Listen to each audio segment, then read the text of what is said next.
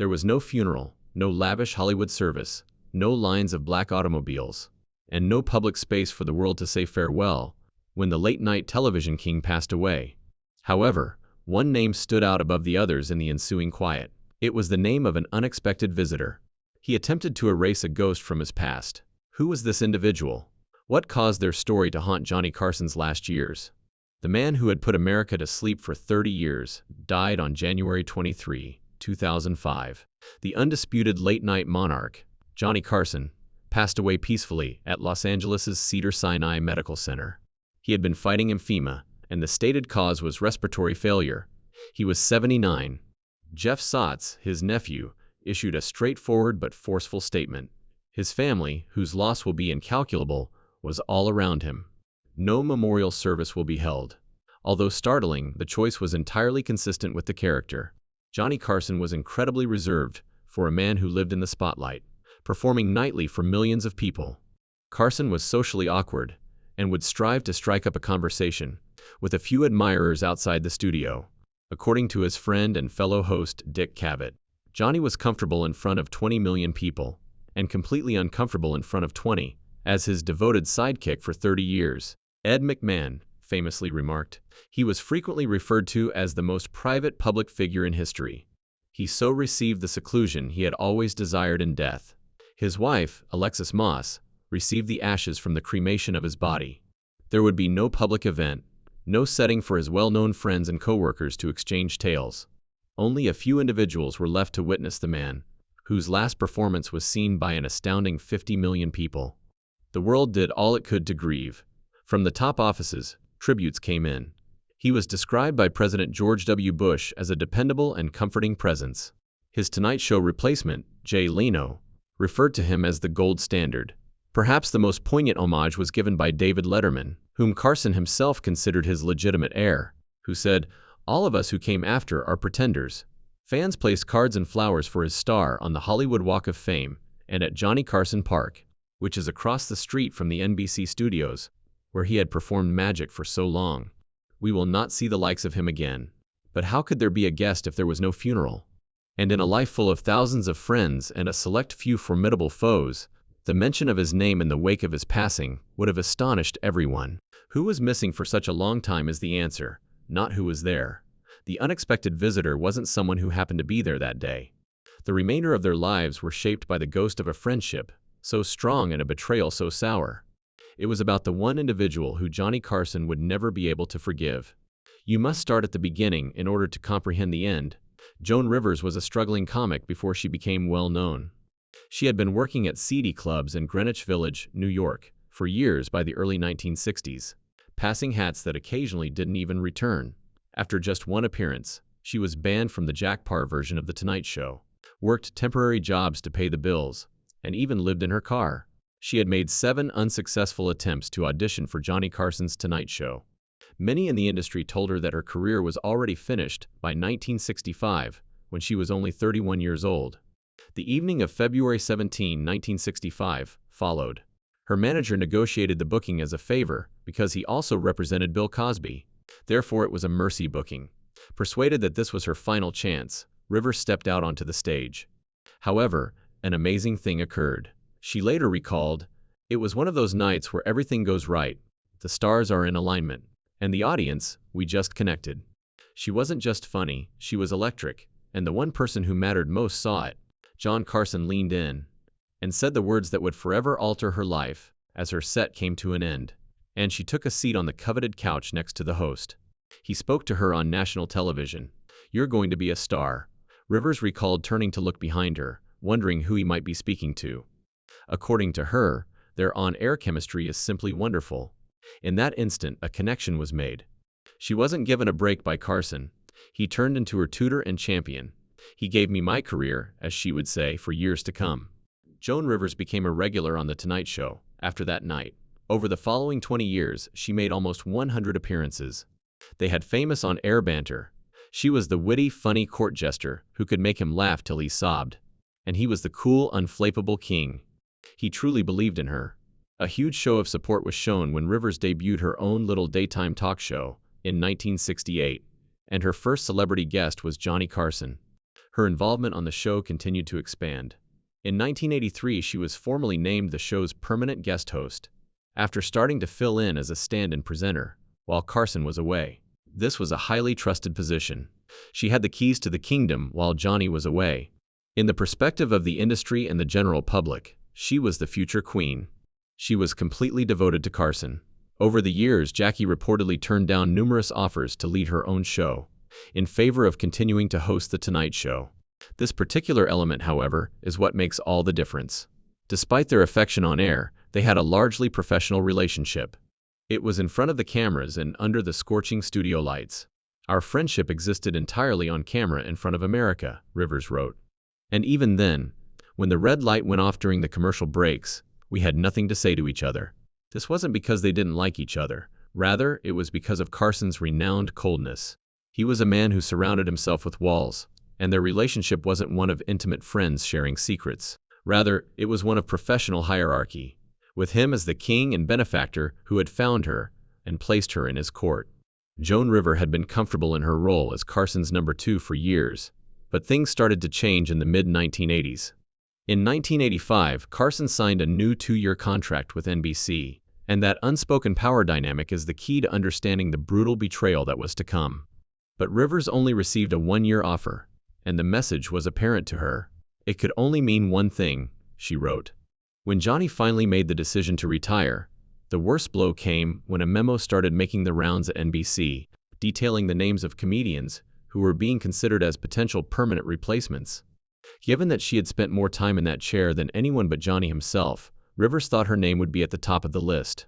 However, when she saw that it wasn't, she was devastated, and came to the painful conclusion that NBC would never allow a woman to host.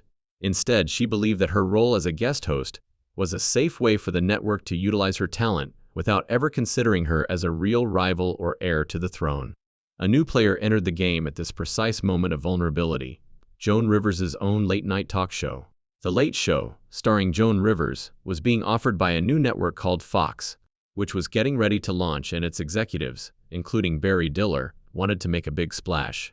Rivers had to make a difficult choice because she was loyal to Johnny, the man who had made her, but she felt devalued and abandoned by the network he worked for. The show would air in the exact same time slot as The Tonight Show, right across from it, and the salary was an incredible $10 million, many times what she was earning at NBC. Using cold, hard Hollywood logic, her manager and husband, Edgar Rosenberg, advised her to keep quiet about Carson until the contract with Fox was signed and finalized. Other comedians who had been regulars on The Tonight Show and left to start competing shows were frequently immediately barred from appearing on Carson's show. Even worse, they both feared that the renownedly powerful Carson could make one quiet phone call and kill her deal before it ever happened. So she remained silent, a decision she would come to regret for the rest of her life. The news leaked the weekend before the official announcement. If she told Johnny and then the Fox deal fell through for some reason, she could be left with nothing. 2 entirely different versions of the story surfaced. So what happened next depends on who you believe. Joan Rivers said she was shocked that he had heard it from someone else and tried to call him right away to explain. But she eventually managed to get him on the phone and informed him that she was leaving to host her own show on Fox. He hung up without saying anything, and she called back, assuming they had been disconnected. He hung up on her again, and that was it. They would never talk again. Johnny Carson's version was very different. He denied that phone call ever occurred, and he told people that, like everyone else, he found out about her new show from a press release. Rivers had her own theory, one that went far beyond mere professional competition. Other male comedians had gone off to do their own shows, and while there may have been tension, Carson had frequently given them his blessing. He felt completely blindsided, ambushed, and betrayed by the person he had championed for more than 20 years. Why was his reaction so extreme? I believe he truly believed that I was his woman, and that I would never abandon him, she wrote later. I believe it was a case of I found you, and you're mine. As a woman, he didn't enjoy that.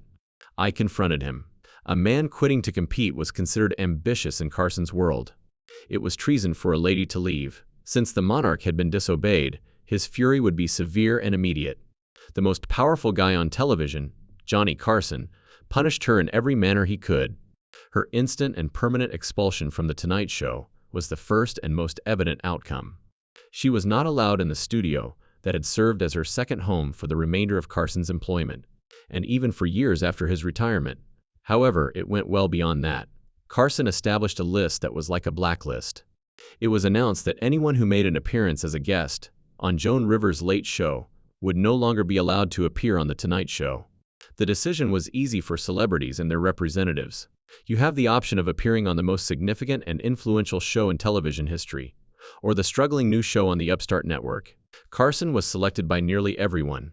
Booking A-list guests was almost impossible for Rivers.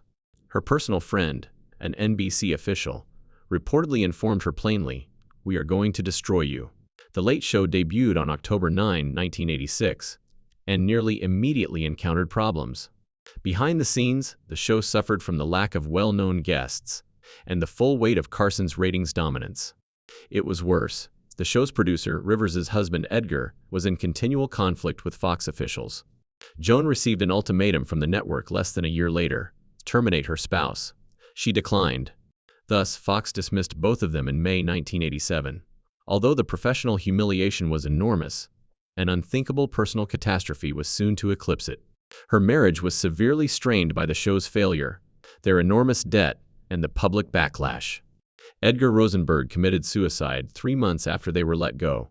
Joan Rivers was all by herself at the lowest point of her life. She had a ruined career, her spouse had left, and there was just quiet from the guy who had previously been her strongest ally throughout it all. There was never a call from Johnny Carson. He didn't write a note. He never said a single word of sympathy. This one action or inaction turned the feud from a sour Hollywood argument into a genuinely sinister and terrible tale.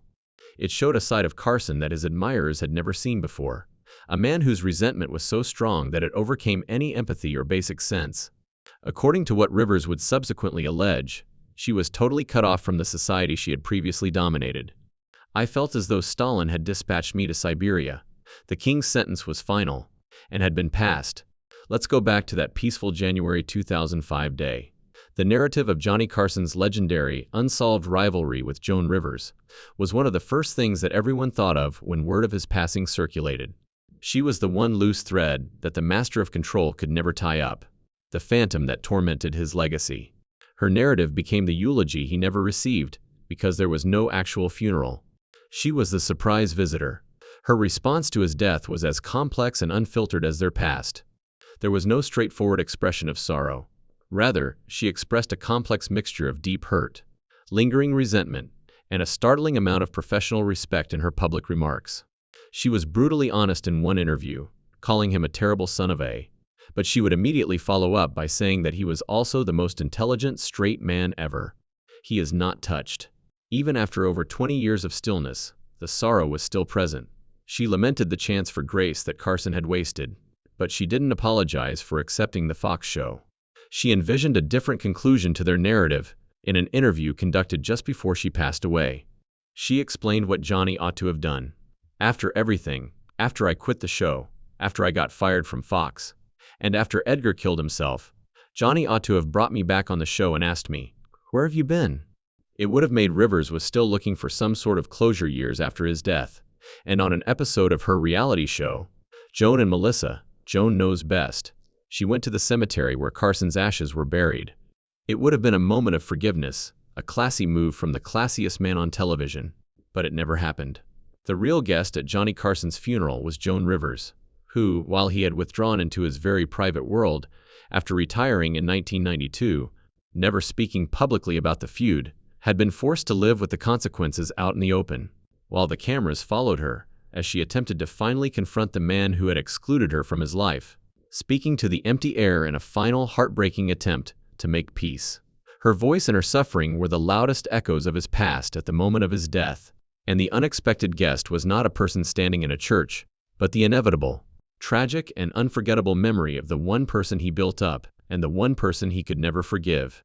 For years she was the only historian of their broken friendship, telling her side of the story in interviews and on stage, because his side was only silence.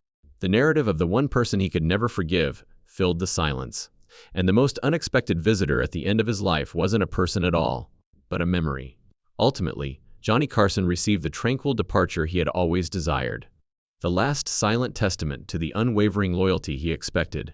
And the awful cost of betrayal in the court of the late-night monarch was the memory of a friendship he established with a single sentence and ended with a telephone click.